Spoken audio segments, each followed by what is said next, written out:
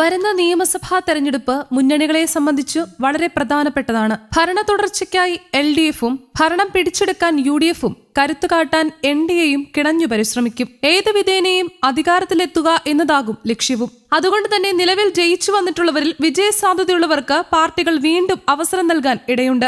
അങ്ങനെ ഒരു സാധ്യതയാണ് ഇപ്പോൾ ചർച്ചയാകുന്നത്. KPCC അധ്യക്ഷനായ സണ്ണി ജോസഫ് വരുന്ന നിയമസഭാ തെരഞ്ഞെടുപ്പിൽ മത്സരിച്ചേക്കുമെന്നാണ് പുറത്തുവരുന്ന വിവരങ്ങൾ. പാർട്ടിയുടെ തെരഞ്ഞെടുപ്പ് പോരാട്ടം കൂടുതൽ ശക്തമാക്കുന്നതിന്റെ ഭാഗമായി സണ്ണി ജോസഫിനെ ഉൾപ്പെടുത്തി തന്നെ തെരഞ്ഞെടുപ്പ് രംഗത്ത് ഇറങ്ങാനാണ് കോൺഗ്രസ് നേതൃത്വം ആലോചിക്കുന്നത്. ഇതിന്റെ ഭാഗമായിട്ടാണ് അദ്ദേഹം കണ്ണൂർ ജില്ലയിലുള്ള ഒരു മണ്ഡലത്തിൽ നിന്നും മത്സരിക്കുമെന്ന തീരുമാനത്തിലേക്ക് പാർട്ടി എത്തുന്നത്.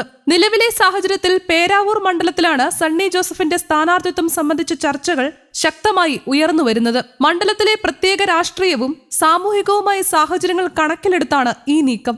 ഇപ്പോഴത്തെ അവസ്ഥയിൽ സണ്ണി ജോസഫ് നിയമസഭാ തെരഞ്ഞെടുപ്പിൽ മത്സരിക്കണമെന്ന നിലപാടിലാണ് പാർട്ടി നേതൃത്വം. അതേസമയം KPCC അധ്യക്ഷൻ എന്ന നിലയിൽ സണ്ണി ജോസഫിന് പ്രതീക്ഷിച്ചത്ര മികവ് പ്രകടിപ്പിക്കാനായില്ലെന്ന വിലയിരുത്തൽ പാർട്ടിയിലെ ചില വിഭാഗങ്ങളിൽ നിന്ന് ഉയരുന്നുണ്ട്. ഈ പശ്ചാത്തലത്തിലാണ് സണ്ണി ജോസഫിന് ഒരു നിയമസഭാ സീറ്റ് നൽകി KPCC അധ്യക്ഷ സ്ഥാനത്ത് നിന്ന് മാറ്റി പകരം മറ്റൊരു നേതാവിനെ ആ സ്ഥാനത്തേക്ക് കൊണ്ടുവരണമെന്ന ആശയം ഉയർന്നുവരുന്നത്. നിയമസഭാ തെരഞ്ഞെടുപ്പ് പടിവാതിക്കൽ എത്തി നിൽക്കുമ്പോൾ കരുത്തനായ ഒരു നേതാവിനെ തന്നെയാകും KPCCയുടെ ചുമതല ഏൽപ്പിക്കുക. ഈ സാഹചര്യത്തിൽ കൊടിക്കുന്നിൽ സുരേഷ്, KC ജോസഫ് എന്നീ മുതിർന്ന നേതാക്കളുടെ പേരുകൾ KPCC അധ്യക്ഷ സ്ഥാനത്തേക്ക് ഉയർന്നു കേൾക്കുന്നുണ്ട്. മുൻപ് കൊടിക്കുന്നിൽ സുരേഷിന്റെ പേര് ഈ സ്ഥാനത്തേക്ക് പരിഗണനയിൽ വന്നിരുന്നുവെങ്കിലും അന്ന് അവസാന ഘട്ടത്തിൽ സണ്ണി ജോസഫിനായിരുന്നു നറുക്കു വീണത്. അതിനാൽ ഈ തവണ കൊടിക്കുന്നിൽ സുരേഷിന് അവസരം ലഭിക്കുമോ എന്നതാണ് രാഷ്ട്രീയ നിരീക്ഷകരും പ്രവർത്തകരും ഉറ്റുനോക്കുന്നത്. അതേസമയം പാർട്ടിയിലെ ഏറ്റവും മുതിർന്ന നേതാക്കളിൽ ഒരാളായ KC ജോസഫിനെയും പൂർണ്ണമായും അവഗണിക്കാനാവില്ലെന്ന അഭിപ്രായവും ശക്തമാണ്.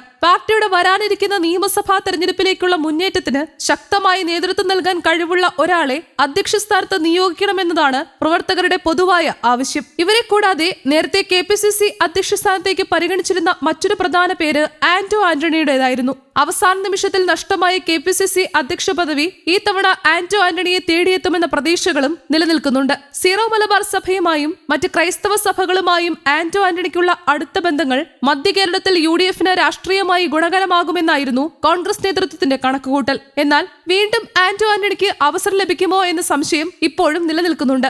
ഇതിനിടയിൽ യുവതലമുറയിൽ നിന്ന് വടകര MP ഷാഫി പറമ്പലിന്റെ പേരും KPCC അധ്യക്ഷ സ്ഥാനത്തേക്ക് ഉയർന്നു കേട്ടിരുന്നു. സണ്ണി ജോസഫ് അധ്യക്ഷ സ്ഥാനത്ത് നിന്ന് മാറുന്ന പക്ഷം നിലവിലുള്ള വർക്കിംഗ് പ്രസിഡന്റുമാരിൽ ഒരാൾക്ക് ചുമതല കൈമാറണമെന്നതായിരുന്നു പാർട്ടി ആലോചിച്ചിരുന്ന ആദ്യത്തെ കാര്യം. എന്നാൽ സീനിയോറിറ്റിയുടെ അടിസ്ഥാനത്തിൽ PC വിഷ്ണുനാഥും AP അനിൽകുമാറും മത്സരരംഗത്ത് സജീവമാകുമെന്നുറപ്പായതോടെ ശേഷിച്ച ഏക പേര് ഷാഫി പറമ്പലിന്റേതായിരുന്നു. യുവാക്കൾക്ക് അവസരം നൽകുന്ന പുതിയ രീതി അവലംബിച്ചാൽ ഷാഫിക്ക് സാധ്യതയുണ്ട്. സാമുദായിക സമവാക്യങ്ങൾ സൂക്ഷ്മമായി വിലയിരുത്തിയ ശേഷമായിരിക്കും ഹൈക്കമാൻഡ് അന്തിമ തീരുമാനമെടുക്കുക എന്ന കാര്യത്തിൽ സംശയമില്ല. പ്രത്യേകിച്ച് നിയമസഭാ തെരഞ്ഞെടുപ്പ് അടുത്തിരിക്കെ NSS, SNDP എന്നീ സാമുദായിക സംഘടനകൾ കോൺഗ്രസിൽ നിന്ന് അകലം പാലിക്കുന്ന സാഹചര്യത്തിൽ പകരം ശക്തമായ പിന്തുണ ഉറപ്പാക്കാൻ മധ്യകേരളത്തിലെ ക്രൈസ്തവ വോട്ട് ബാങ്കിനെയാണ് പാർട്ടി പ്രധാനമായി ലക്ഷ്യമിടുന്നത്. എന്തുതന്നെയായാലും KPCCയുടെ അധ്യക്ഷ സ്ഥാനത്തേക്ക് വരുന്ന ആൾ നിയമസഭാ തെരഞ്ഞെടുപ്പിന് ഒരു മുതൽക്കൂട്ടാകും.